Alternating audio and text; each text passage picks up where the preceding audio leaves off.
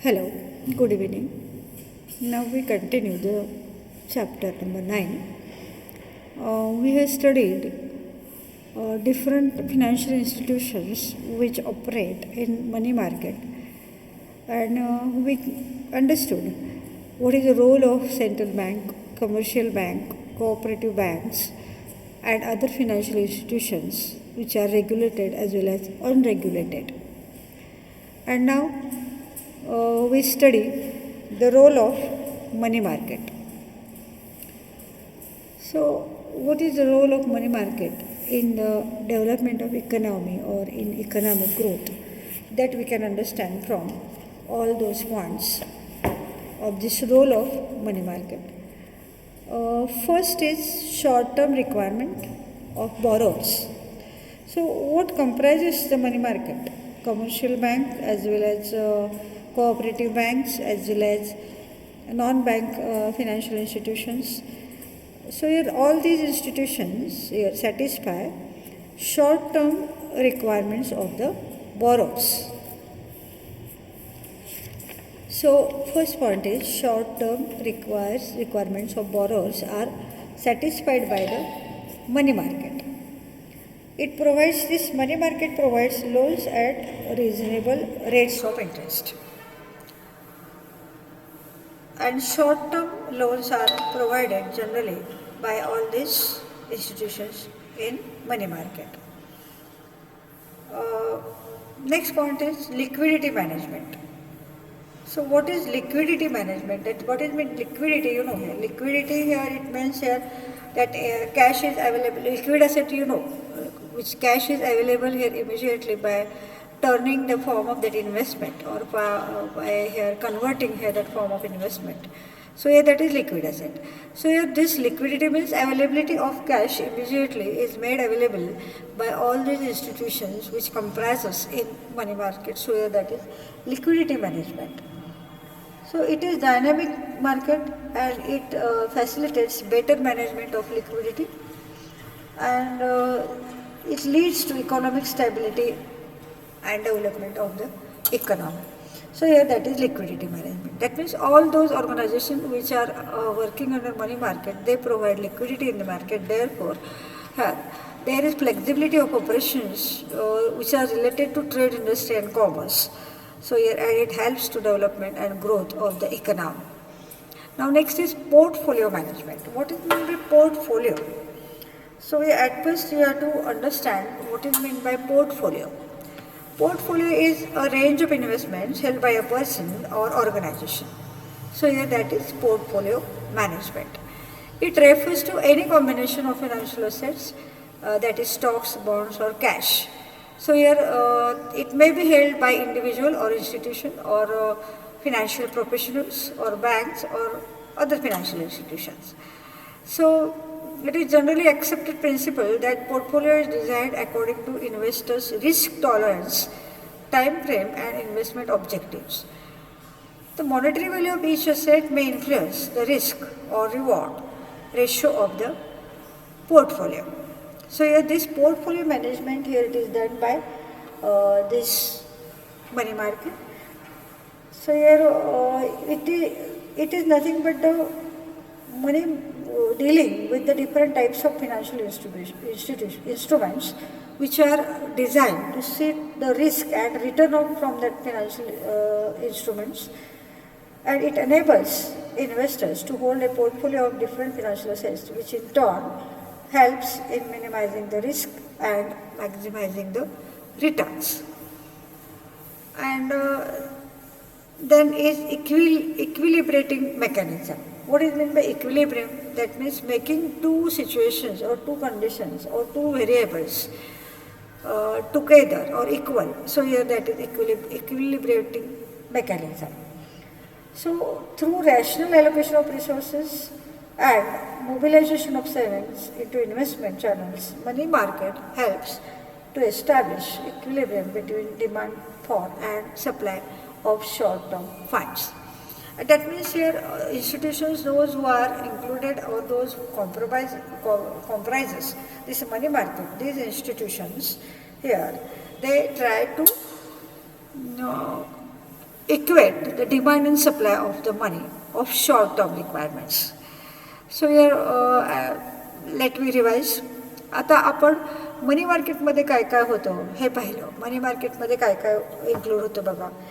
Central bank होतं, commercial bank होतं, cooperative banks आपण बघितल्या, फिनान्शियल इन्स्टिट्यूशन्स आणि नॉन फिनान्शियल इन्स्टिट्यूशन्स, परत अनरेग्युलेटेड मार्केट बघितलं. तर हे सगळे ऑपरेट करताना कुठलं काय रोल प्ले करतं, म्हणजे कुठली भूमिका ते बजावतं इकॉनॉमीच्या डेव्हलपमेंटमध्ये, ते आपण या पॉईंट्समधून बघायचं आहे.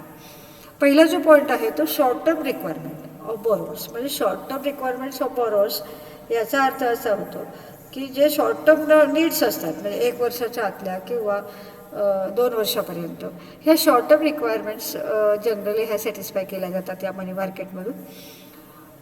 दुसरं आहे लिक्विडिटी मॅनेजमेंट. आता लिक्विडिटी म्हणजे तरलता, असं मी तुम्हाला सांगितलं की लिक्विडिटी काय असतं, तर तुम्हाला इमिजिएटली कॅश अवेलेबल करून देणारे असेट जे असतात त्याला आपण लिक्विडिटी असेट म्हणतो. म्हणजे तुम्हाला बिझनेसला, ट्रेडला, इंडस्ट्रीला, कॉमर्सला हे सर्क्युलेटिंग कॅपिटल लागतं, आणि सर्क्युलेटिंग कॅपिटल कोण प्रोव्हाइड करतं, तर लिक्विड असेट्स प्रोव्हाइड करतात. तर ही जी लिक्विडिटी मॅनेजमेंट जे आहे, म्हणजे तुम्हाला कॅश अवेलेबल करून देण्याचं हे जे टेंडन्सी किंवा हा जो एक ट्रेंड आहे किंवा व्हेरिएबल असं आपण म्हणू शकतो हे लिक्विडिटीचा, किंवा हे लिक्विडिटी तरलता जी आहे ती जनरली अवेलेबल करून दिली जाते इथं या मार्केटमधून, मनी मार्केटमधून. पुढचा पॉईंट आहे बघा पोर्टफोलिओ मॅनेजमेंट. तर पोर्टफोलिओ ॲक्च्युली पोर्टफोलिओ म्हणजे काय हे अगोदर तुम्ही समजून घ्या. पोर्टफोलिओ म्हणजे काय आहे, हे it is a combination of financial assets. म्हणजे तुमच्याकडं फिनान्शियल असेट्स किती असावेत, कसे असावेत, त्याची रिस्क किती आहे आणि त्याचा रिटर्न किती आहे, आणि रिस्क आणि रिटर्नचा रेशो काय आहे, या पद्धतीने जी लिस्ट असते तुमची फिनान्शियल असेट्सची त्याला आपण पोर्टफोलिओ असं म्हणतो. तर पोर्टफोलिओचा अर्थ समजल्यावर त्याचा पोर्टफोलिओ मॅनेजमेंट आपल्याला अर्थ समजतो. तर आता बघा पोर्टफोलिओ हा कसा डिझाईन करतात, तर पोर्टफोलिओ डिझाईन करताना त्याची रिस्क किती आहे, म्हणजे तो इन्व्हेस्टर किती रिस्क बेअर करू शकतो आणि किती टाईम तो इन्व्हेस्टमेंट करू शकतो आणि त्याच्यामधनं त्याला रिटर्न कसा मिळतो ह्याच्यावर तो पोर्टफोलिओ असतो बघा. आता जर यंगस्टर पर्सन असेल, समजा नुकतंच नोकरीला लागलेलं जर मुलगा असेल आणि त्याला जर इन्व्हेस्टमेंट करायची ठरवली तर त्याच्याकडे टाईम भरपूर असतो, रिस्क घेण्याची क्षमता असते. कारण इन केस जर काय झालं, आता समजा शेअर्स त्याने खरेदी केले आणि इन केस त्याचे प्राइसेस जर खाली गेले तर ती रिस्क जे घेण्याची तयारी किंवा क्षमता किंवा एबिलिटी त्याच्याकडे असते, त्याच्यामुळे तो जास्त टाईमपर्यंत वेट करू शकतो. असं प्रत्येक इन्व्हेस्टरचा पर्सनल स्टडी करून तो किती टाईम थांबू शकतो, त्याने इन्व्हेस्टमेंट केले त्या रिटर्न मिळण्यासाठी तो किती टाईम थांबू शकतो, परत त्याची एबिलिटी किती आहे किंवा त्याची रिस्क घेण्याची तयारी किती आहे, हे सगळं स्टडी करून तो पोर्टफोलिओ ठरवतात. मग ते इंडिव्हिज्युअल पण ठरवतात आपण, किंवा आपण जर एखाद्या इन्स्टिट्यूटला दिलं किंवा एखाद्या कन्सल्टंटला कन्सल्टंटकडे गेलो, शेअर कन्सल्टंट असं म्हणतो आपण, ते जे ब्रोकर असतात किंवा शेअर ट्रेडिंग करणारे जे लोक असतात ते एक्सपर्टाईज असतं त्यांच्याकडं. मग त्यांच्याकडे गेलो तर ते पोर्टफोलिओ ठरवतात आपला. पोर्टफोलिओ ठरवतात म्हणजे तुम्ही किती इन्व्हेस्ट करणार आहे, तुमची रिस्क घेण्याची तयारी किती आहे, तुमच्याकडे टाईम अवेलेबल आहे का. हेच आता मी एक्झाम्पल सांगितलं की नवीन मुलगा लागलेला असेल जॉबला तर त्याच्याकडे टाईम भरपूर असतो, त्याची रिस्क घेण्याची कपॅसिटी मोठी असते. हे जर तुम्ही रिटायर्ड पर्सनकडे गेला तर तो जास्त सिक्युरिटी प्रेफर करतो, रिस्क तो कमी प्रेफर करतो. मग त्याच्याप्रमाणे त्याला तो पोर्टफोलिओ ठरवू देतात. पोर्टफोलिओमध्ये तुम्ही कशात इन्व्हेस्टमेंट करायला पाहिजे, किती करायला पाहिजे, किती काळापर्यंत करायला पाहिजे, हे तुमच्या अगोदर स्टडी करतात ते स्टडी केल्यानंतर तुम्हाला तो पोर्टफोलिओ सुचवतात. तुम्ही ह्याच्यामध्ये पैसे इन्व्हेस्ट करा, ह्याच्यामध्ये तुम्हाला एवढी रिस्क आहे, एवढा रिटर्न आहे, जेवढी रिस्क जास्त असते तेवढा रिटर्न जास्त असतो. मग तेवढे रिस्क घेण्याची आपली क्षमता असेल तर मग आपण त्याचं सिलेक्शन करतो. So that is called as portfolio management. तर हे पोर्टफोलिओ मॅनेजमेंट करण्याचं काम हे bank institution as well as non bank इन्स्टिट्यूशनसुद्धा करू शकतात. जेव्हा आपण हे पोर्टफोलिओ ठरवतो तेव्हा त्याचा एम आपल्याला अगोदर ठरवायला पाहिजे. मग एम तुम्ही एक्सपेक्टेड रिटर्न जर तुम्हाला मॅक्झिमम पाहिजे असेल, ॲट मिनिमम रिस्क पाहिजे असेल तर तसं तुम्ही त्याला सांगावं लागतं. So While determining asset allocation, the aim is to maximize expected return and minimizes the risk. तर त्याच्यामध्ये तरी एक्झाम्पल दिले बघा. मल्टी ऑब्जेक्टिव्ह ऑप्टिमायझेशन प्रॉब्लेम जर असेल तर कुठलीही तुम्ही इन्व्हेस्टमेंट करता तेव्हा प्रत्येक ह्याच्यामध्ये थोडं थोडं करायचं. काही कंपनीचे शेअर्स घ्यायचे, काही कंपनीचे डिबेंचर्स घ्यायचे, काही याचं गोल्ड बॉन्ड घ्यायचे. असं स्कॅटर्ड इन्व्हेस्टमेंट जर केली तर तुम्हाला मिनिमम रिस्क आणि मॅक्झिमम रिटर्न मिळू शकतात. तर त्याला इथं पोर्टफोलिओ मॅनेजमेंट म्हणलेलं आहे. थोडक्यामध्ये आपण काय इन्व्हेस्टमेंट करणार असू तर ते इन्व्हेस्टमेंट करण्याचं आपण किती कशामध्ये इन्व्हेस्टमेंट करायचं आणि तो इन्व्हेस्टमेंट ज्यामध्ये करतो आहे त्याची लिस्ट बनवायची आणि त्या लिस्टप्रमाणे आपल्याला टाईम किती अवेलेबल आहे, आपण रिस्क किती घेऊ शकतो, याप्रमाणे आपल्या इन्व्हेस्टमेंटचा पॅटर्न ठरवायचा. हे जे आहे ते पोर्टफोलिओ आहे. आणि हे पोर्टफोलिओचं मॅनेजमेंट करण्यासाठी हे मनी मार्केटमध्ये इन्स्टिट्यूशन्स आपल्याला मदत करतात. Next is equilibrating mechanism. तर इक्विलिब्रेटिंग मेकॅनिझम म्हणजे काय, तर डिमांड आणि सप्लाय हा कसा इक्वेट करायचा हा मनी मार्केटला माहिती असतो. तर जसं डिमांड आणि सप्लायचं इक्वेशन करून किंवा डिमांडप्रमाणे सप्लाय प्रोव्हाइड करण्याचं काम हे इथल्या इन्स्टिट्यूशन्स करतात. आता पुढचं आहे बघा, financial requirement of the government. हे मनी मार्केट गव्हर्मेंटला सुद्धा हेल्प करत असतं. तर कशा पद्धतीने हेल्प करत असतं, तर शॉर्ट टर्म फिनान्शियल नीड्स जे रिक्वायरमेंट्स असतात गव्हर्मेंटच्या तिथं ते सॅटिस्फाय करतात. तर ते ट्रेझरी बिलचं इथं एक्झाम्पल दिलं. तर ट्रेझरी बिल म्हणजे काय असतं बघा, हे एक RBIकडून इश्यू केलेलं एक मॉनिटरी इन्स्ट्रुमेंट आहे. त्याला आपण काय म्हणतो, ट्रेझरी बिल असं म्हणतो. तर हे ट्रेझरी बिल हे सेफेस्ट इन्व्हेस्टमेंट आहे. म्हणजे इथं RBIनेच ते इश्यू केलेले असतात किंवा गव्हर्मेंटने इश्यू केलेले असतात. त्यामुळं इथं हे सेफेस्ट आपण इथं इन्व्हेस्टमेंट असं त्याला म्हणू शकतो.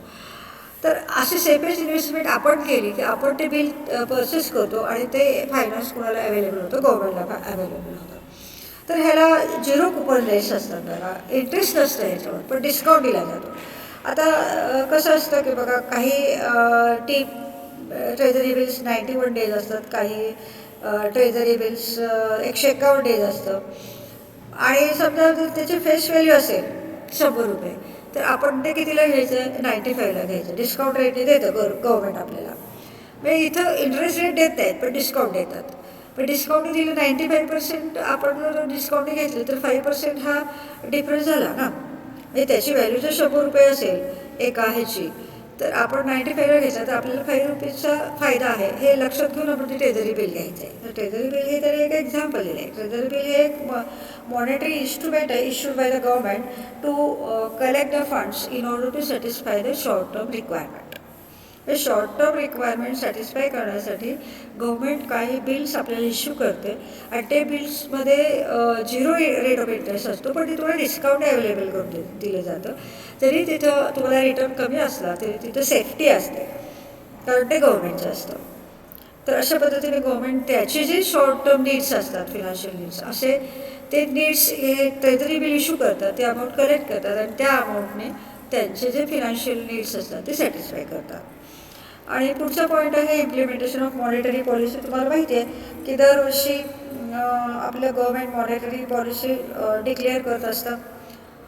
तर ही डिक्लेअर करताना त्याचे इम्प्लिमेंटेशन कुणाकडनं करून घेतात, ते इम्प्लिमेंटेशन हे कमर्शियल बँक्स असतात ज्या गव्हर्मेंटच्या असतात, म्हणजे नॅशनलाइज असू दे, शेड्यूल असू दे, नॉन शेड्यूल असू दे, ह्या सगळ्या बँकांच्या थ्रू ते त्यांची मॉनिटरी पॉलिसी एक्झिक्यूट करत असतात. सर हे मनी मार्केट त्याला हेल्प करतं गव्हर्मेंटला. म्हणजे मॉनिटरी पॉलिसी एक्झिक्यूट करण्यासाठी हे मनी मार्केट गव्हर्मेंटला हेल्प करतं.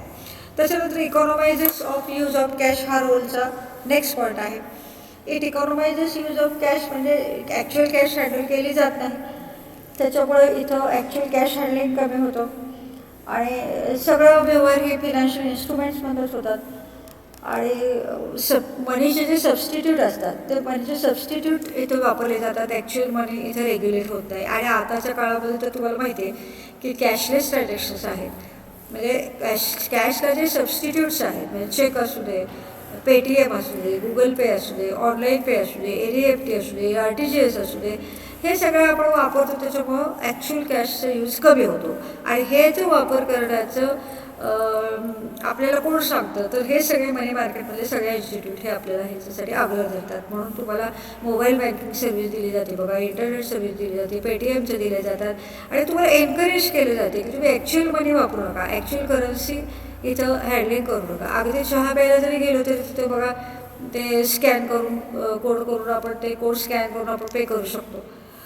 म्हणजे जास्तीत जास्त कॅशलेस ट्रान्झॅक्शन एनकरेज करण्याचा ह्यांचा प्रयत्न असतो. So this it economizes the use of cash. And last point is growth of commerce industry and trade. म्हणजे कॉमर्समध्ये जे ट्रेड आणि एड्स टू ट्रेड आहेत, इंडस्ट्रीमध्ये वेगवेगळ्या प्रकारच्या इंडस्ट्रीज आहेत आणि ट्रेडमध्ये इंटरनल ट्रेड एक्सटर्नल ट्रेड आहे. ह्याची ग्रोथ पूर्णपणे या मनी मार्केटवर अवलंबून असते. कारण ह्याच्यामध्ये सगळ्या बँका इन्क्लूड होतात आणि बँका इतकी फ्लेक्झिबल फिनान्शियल सर्व्हिसेस दुसरं कोणी देऊ शकत नाही. आज आपण घरात बसून इंटरनेटवर बिझनेस करू शकतो. कुणामुळं? तर ह्या कमर्शियल बँक्स असं आहेत किंवा कोऑपरेटिव्ह बँक्स आहेत किंवा सेंट्रल बँक सगळं हे रेग्युलेट करते किंवा अनरेग्युलेटेड मार्केट्सला. या सगळ्याच्या फिनान्शियल इन्स्टिट्यूशनच्या मनी मार्केटमध्ये आपण पाहिल्या, स्टडी केला, त्याचा स्कोप स्टडी केला. त्या सगळ्या इन्स्टिट्यूट्सच्या commerce industry and trade develop करण्यासाठी, त्याची ग्रोथ करण्यासाठी इथं आपल्याला खूप हेल्प करते. This is the role of money market in India.